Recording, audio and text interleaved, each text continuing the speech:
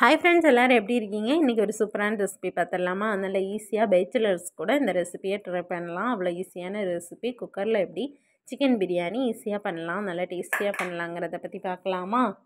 நான் ஒரு பவுலில் சிக்கன் எடுத்து வாஷ் பண்ணி வச்சுருக்கேன். அது கூடயே மிளகாய்த்தூள், மல்லித்தூள், சிக்கன் மசாலா, பிரியாணி மசாலா, தயிர், தேவையான அளவு உப்பு, புதினா இதெல்லாம் போட்டு நல்லா மிக்ஸ் பண்ணி எடுத்துக்கிறேன். இது ஒரு 1/2 அன் ஹவர் ஊறட்டும். அப்போ தான் இந்த சிக்கனில் மசாலாலாம் இறங்கி இருக்கும். இந்த 1/2 அன் ஹவர் ஊறினதுக்கப்புறமா நான் அடுப்பு பற்ற வச்சு குக்கரை அடுப்பில் வச்சுக்கிறேன். நான் 3 பேருக்கு ஒரு நேரம் சாப்பிட்ற மாதிரி தான் பண்ணுறேன். இதில் நெய்யும் எண்ணெயும் ஊற்றிக்கலாம். அடுப்பு பற்ற வச்சு குக்கர் நல்லா சூடானதுக்கப்புறமா இது கூட பிரியாணி ஸ்பைசஸ் சேர்த்துக்கலாம்.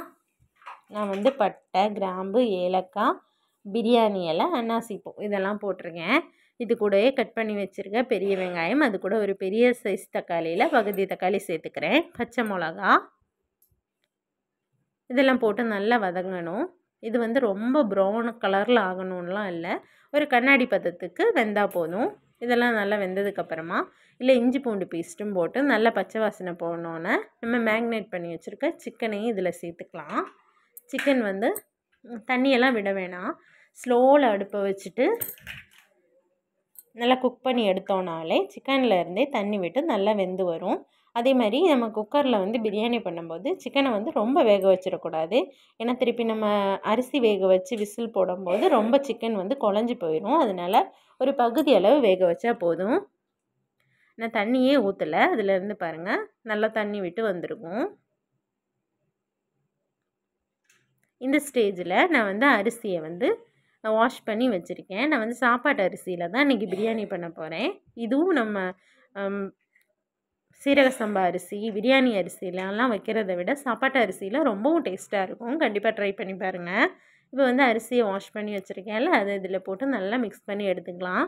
நான் 1 கப் அரிசிக்கு 2 கப்பு தண்ணி ஊற்றிக்கிறேன். நீங்கள் ஏதாவது ஒரு மெஷர்மெண்ட் கப்பில் தான் அளக்கணும்னு இல்லை, நம்ம சாதாரணமாக வீட்டில் இருக்க ஏதாவது ஒரு கப் அளவில் கூட நம்ம அளந்து எடுத்துக்கலாம். 1 கப் அரிசிக்கு 2 கப்பு தண்ணி கரெக்டாக இருக்கும். இதில் லெமன் ஜூஸ் 2 ட்ராப்ஸ் விட்டுக்கலாம். விட்டுட்டு நல்லா மிக்ஸ் பண்ணிவிட்டு இந்த ஸ்டேஜில் நமக்கு உப்பெல்லாம் கரெக்டாக இருக்கான்னு பார்த்துக்கலாம். உப்பெல்லாம் கரெக்டாக இருக்கான்னு செக் பண்ணிவிட்டு கொஞ்சம் கரிக்கிற மாதிரி இருந்தால் தான் பிரியாணிக்கு கரெக்டாக இருக்கும். மல்லி புதினா போட்டு குக்கர் மூடியை அடைச்சி வச்சிடலாம். இப்போ ஒரு விசில் விட்டுட்டு விசில் நல்லா அடங்குற வரை நம்ம ரிமூவ் பண்ணக்கூடாது. விசில் தானாக அது அடங்கினதுக்கப்புறமா ரிமூவ் பண்ணி பார்த்தோன்னா சூப்பரான நல்ல பொலின்னு சிக்கன் பிரியாணி ரெடி ஆயிடும். இது கடையில் வாங்குறத விட டேஸ்ட்டாக இருக்கும். மசாலாஸெல்லாம் கரெக்டாக சேர்த்து பண்ணோன்னா சூப்பர் டேஸ்ட்டில் இந்த பிரியாணி இருக்கும். கண்டிப்பாக ட்ரை பண்ணி பாருங்கள். இப்போ பரிமாறி இல்லாமல் நான் வாழை இலை விரித்து சிக்கன் பிரியாணியை போட்டுக்கிறேன். அது கூட சிக்கன் 65, ஆனியன் ரைத்தா, பப்படம், கிரேவியும் வச்சுருக்கேன். கேரளா சைட்லாம் பப்படம், ஊறுகாலாம் வச்சு முட்டை இதெல்லாம் வச்சு சாப்பிட்டா தான் அந்த பிரியாணி ஃபினிஷ் ஆகிற மாதிரி இருக்கும்.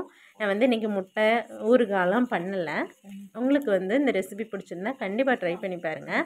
இன்னும் நிறைய ரெசிபிக்கு நம்ம சேனலை சப்ஸ்கிரைப் பண்ணுங்கள். Thanks for